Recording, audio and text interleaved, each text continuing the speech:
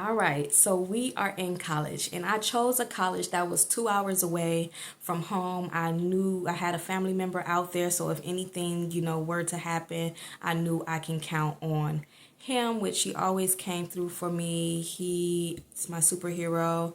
Love you, Uncle.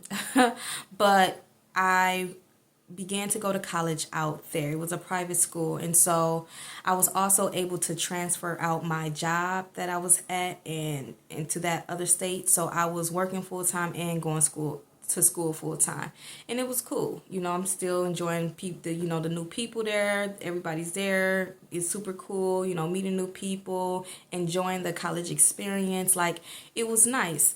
And I eventually picked up a second job, and that's where I really became super busy. So I was working two full-time jobs and going to school full-time.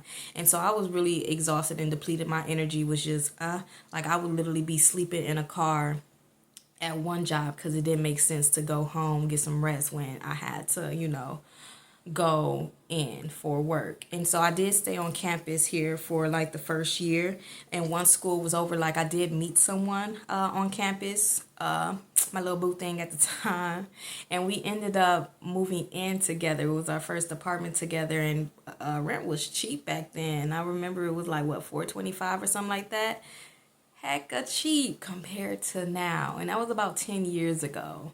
So times has it didn't even double. It dang near tripled now. But anyways, once the school year, like the first school year was over with, like I had a balance, and they wouldn't allow me to, start the second school year or receive my transcripts unless I paid that balance. And so it was, just working super hard until I was able to give them that money to go ahead and get my transcript so I could get back into school. So I did take another year off. And once our lease was up, we ended up breaking up. And so he ended up moving back to his city, and I ended up moving back to my state. And I already had plans. My granny, she said I could move in with her. This is my mom's. And so everything was kind of already planned out and cool and going well. And so then I ended up, moving back home. And I was only there like a few weeks, maybe months. And she ended up telling me like, oh, I need to move out. Randomly over the week, she was like, you need to move out over the weekend because she had somebody else needing a place to stay.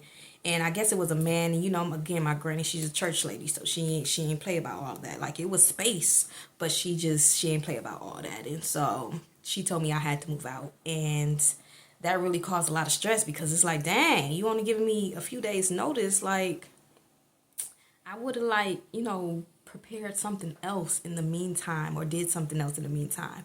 But eventually I ended up moving back with my mom's, and my mom, she only had a 2 bedroom, and my brother was there with her still at the time. And so it was already a bit crowded, and I ended up, luckily my uncle, he stayed there for a little bit, and he built in the basement like walls or whatever not. And so I started, being in the basement, but the basement wasn't like a furnace basement. It wasn't a basement you should be sleeping in. And so I really was kind of nervous and being like cautious or, aware of like the air quality, especially since I had my nephew. My nephew was super young at the time, probably 1, 2, maybe 2. And I will always have him, and he'll be in the basement with me, and I just didn't like how he was also consuming that air and also me consuming that air. And so I was like really stressing to try to get me a place or find a place or whatever not. And this is where kind of my life was altering a little bit. Now, me moving back, I did end up talking to someone. We wasn't even talking. He was like a friend with benefits, right? That's all. And I was cool with that dynamic. We went to like elementary school together. I was cool with that dynamic. I didn't want more. He was cool for just that and that alone. Okay. And what was crazy was this is where the Most High first spoke to me. And I didn't even know it was the Most High at the time. I remember I'm sitting here I don't know what I was doing, but I remember hearing, you best not get in a relationship. And it was so random, like off guard. I'm not even thinking about no relationship, thinking about nobody. And I'm sitting here like, you ain't got to worry about that because I'm not wanting a relationship. Like him, we cool, like, but I don't want a relationship with this man, right? And this was about September-ish when I heard that. And I kind of blew it off because, again, it was random.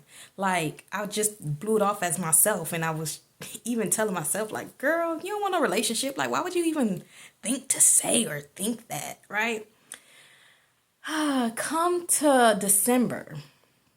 Okay, it's December now. And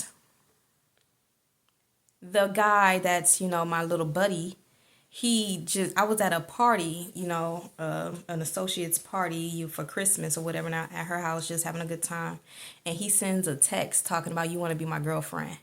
And everything in me was like, I don't. And then I was like, well, we already doing the do, so why not? Right. I didn't know any better. So again, this was December, around Christmas time, he asked. Okay, cool. Now, me, when I get in a dynamic or relationship with someone, I'm going to act accordingly. It's like, okay, we have a label, we have a title, there's rules, there's, things that you do and don't do. And so I ended up, let's get into this later.